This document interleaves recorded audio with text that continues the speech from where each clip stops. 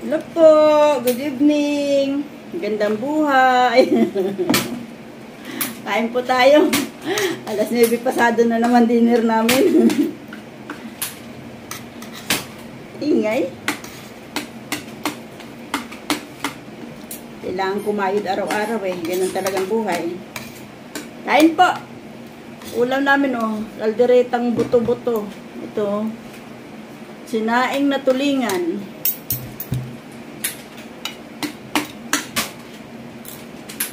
Kamusta pong lahat? Tara po kain. Sarap yung sinaing na tulingan. Sinabaw mo yung ano. Ito yung sabaw ah. Ninit ko sa ano. Microwave. What is that, kuya? Stop doing that. Maingay. Where's Leah? Tara po kain!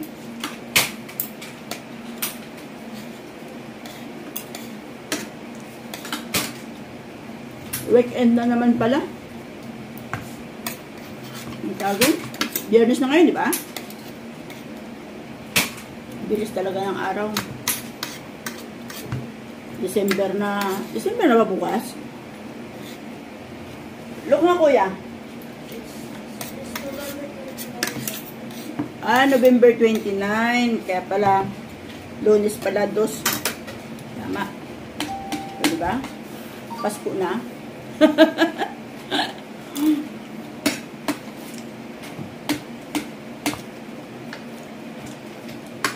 Bilis tuloy natin tumanda.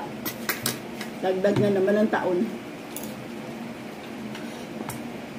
Okay lang, basta may pinagkakatandaan.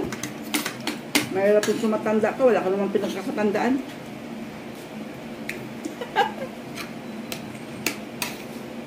Isa, pagod at gutom, tahimik, di may istorbo.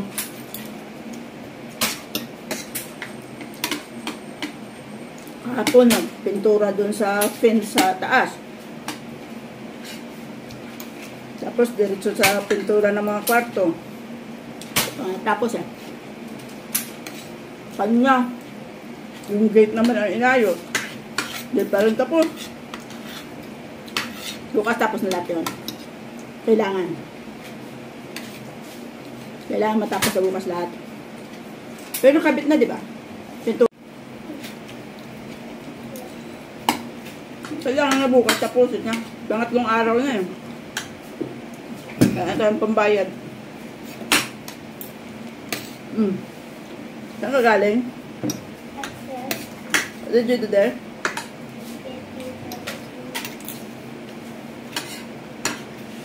You drink medicine na?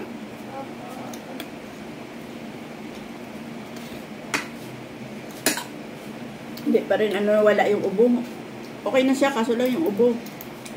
Nandiyan pa yan sa bagay. 1 week na antibiotic daw. Pang ilang araw na ba nga? Lunes, Biyernes, 5 araw.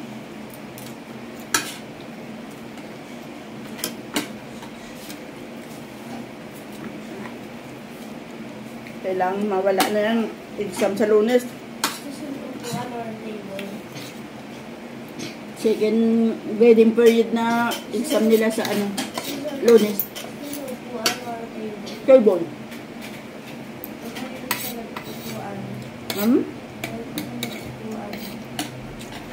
Because you said it. But it's a table. You can use that when you're doing your module assignment. Nag-review ka na? Tomorrow review again, everyday review. Especially in Filipino. Mamaya magkasakit ka na naman sa Filipino. Hirap po talaga siya sa Pilipino. Grabe. Kailangan translate mo muna sa kanya sa English para maintindihan niya. Eh paano pag sa school, hindi naman pwede translate ng teacher.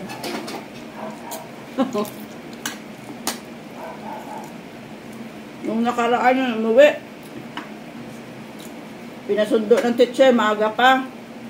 Kasi tumaas ang lagnat. Ang init. May message yung teacher niya sa mami niya at sunduin na raw at sobrang init daw. Pagdating dito, tinanong namin, kasi okay naman siya nung pumasok kaya nga nakapasok eh. Pagdating dito, tinanong namin, bakit ganun, ano nangyari nung ginawa niya. Sagot ba naman eh, dahil doon sa Pilipino, sumakit daw yung ulo niya, hindi daw niya maintindihan talaga. May sinagutan daw sila. Hindi daw talaga niya maintindihan. Kaya sumakit daw ulo niya kaya siya nilagnat. Right?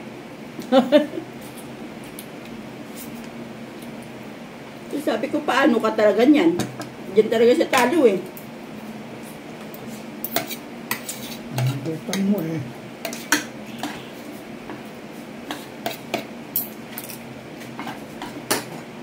Mas ano siya sa ano, parang lumalabas na mother tongue niya, English eh. Wala naman nagtuturo dyan. Malaki talaga influensya ng social media.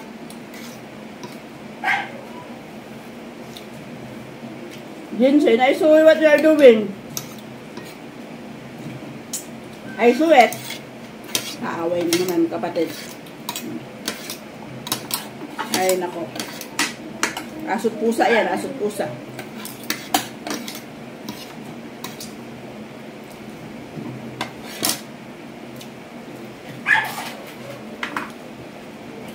Ingat-ngat na buto.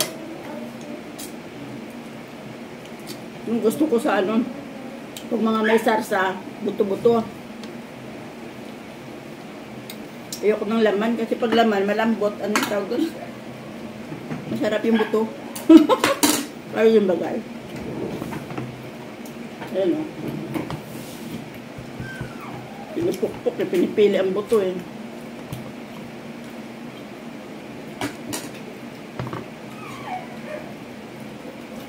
Yung isa naman na mayapak na ng isda. Okay lang, isda naman yan eh.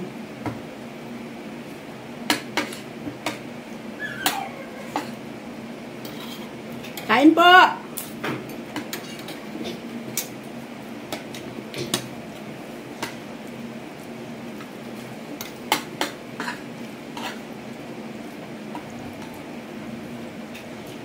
Tapos pasado na naman yung punan namin.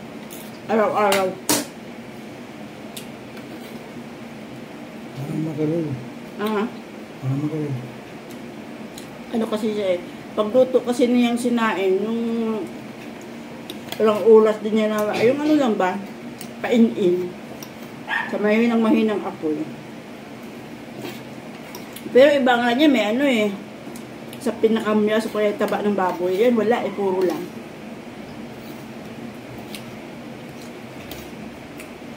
Binili niya kayo na sa palengke, parang naano lang siya, natakam lang siya. Yung luto na ba? Hindi ako marunong magluto niyo. Sinain niya tulingan. Turuan niya po ako. Paano? Minsan kasi natatakot ako mag-ano ng tulingan kasi pag hindi sariwa, di ba? Yung ano yun, makate.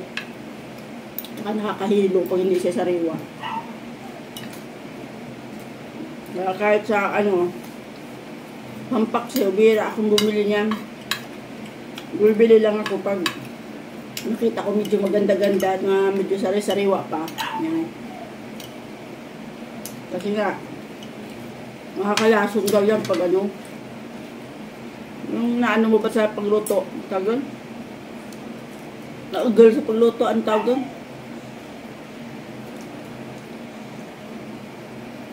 Yung hindi naluto ng maayos. Lasong daw. Eh, alam ko pagluto ng silaing na tulingan, parang pain-in ang luto niyan, parang ilang oras yun na sinasala. Ang pagkakaalam ko lang. Kasi hindi ko pa na-try eh. Tapos ka na?